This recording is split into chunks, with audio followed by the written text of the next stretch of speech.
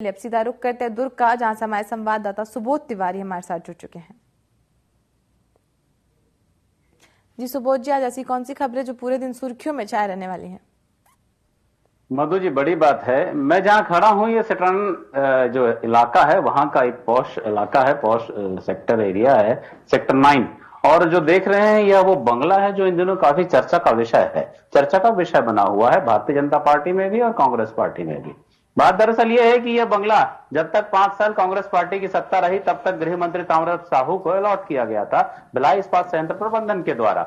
अब जब न पद रह गई न प्रतिष्ठा रह गई, उसके बाद इसका अलॉटमेंट विधायक वैशाली नगर रिकेश सेन को कर दिया गया।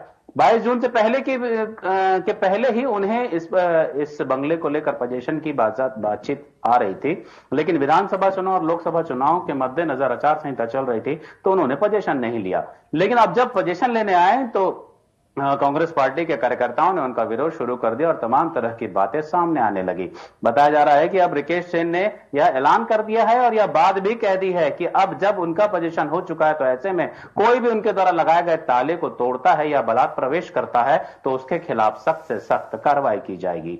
बड़ी बात है और इस कारण यह बंगला फिलहाल चर्चा में है। दूसरी बड़ी बात है, दुर्ग जिले में 1506 ऐसे केंद्र हैं जहां पर 14% बच्चे ऐसे मिले हैं जो बौने आकार के हैं। जी हां, इन स्कूलों में पढ़ने वाले बच्चों की हाइट यानी कि कद काठी दरमियाना कद काठी से काफी कम है, जिसे लेकर जिला प्रशासन चिंतित है और पोषण आहार जैसी योजनाओं को प्रसूता महिलाओं और स्तनपान कराने वाली महिलाओं के लिए भी पौष्टिक आहार उपलब्ध कराए जाने की बात चल रही है। निर्धारित बच्चों की उचित देखरेख के लिए अब कार्य योजना बनाए जाने की तैयारी चल रही। बड़ी बात है कि अब जब रिपोर्ट आई है तब उसके बाद जिला प्रशासन के अधिकारी जाग रहे हैं। इसके पहले वे क्या कर रहे थे? क्या ऐसे स्कूलों पे उनके औचक निरीक्षण नहीं होते थे जिससे यह पता चल सके कि इन बच्चों की कदकाठी कम क्यों है, छोटी क्यों है, बौनी क्यों है और इनके पोषण आहार में आखिर ऐसे कौन से तत्वों की कमी है जिसकी वजह से उन्हें एक सामान्य कदकाठी से दूर होना पड़ा। दूसरी बड़ी बात है,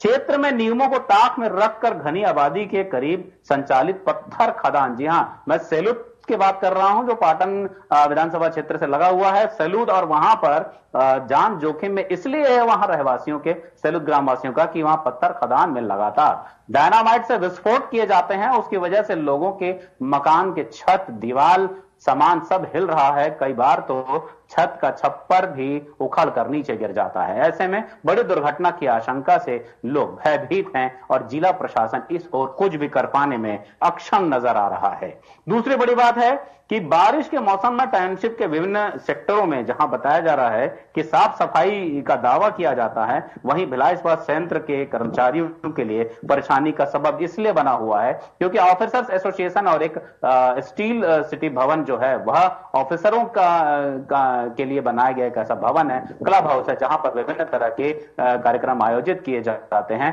पर जहां कर्मचारियों की बात आती है तो सेक्टर एरिया में बने इस्पात क्लब जो हैं वह जर्जर हो चुके हैं और कई जगह तो इस खिड़की और दरवाजे तक नहीं है। ऐसे में पारिवारिक आयोजनों के लिए उन्हें महंगे भवनों की ओर जाना पड़ता है। अब इस तरीके के अब आरोप लग रहे हैं भिलाई इस्पात संयंत्र प्रबंधन पर कि आखिर कर्मचारियों की सुविधाओं की देखरेख में लापरवाही क्यों बरती जा रही है, दोहरा बर्ताव क्यों किया जा रहा है। दूसरी एक बड़ी बात है मधु जी कि पिछले दिनों जिस तरीके से ग्लोब चौक में गोली कांड हुआ था, 2 युवकों को गोली लगी थी और वे गंभीर रूप से घायल हुए थे जिनका इलाज रायपुर के मेकाहारा में चल रहा है। उसके 2 आरोपी तो पकड़े गए हैं, यशवंत नायडू और अंकुर शर्मा। अब बताया जा रहा है कि जो कि अमित जो फरार है उसे सरगर्मी की से तलाश में जुटी हुई है दुर्ग पुलिस। वहीं सागर उर्फ डॉगी को पकड़ा जा चुका है। हो सकता है बहुत जल्द इसका खुलासा दुर्ग पुलिस करे। मधु जी। सुबोध जी, तमाम जानकारियों के लिए आपका बहुत बहुत धन्यवाद।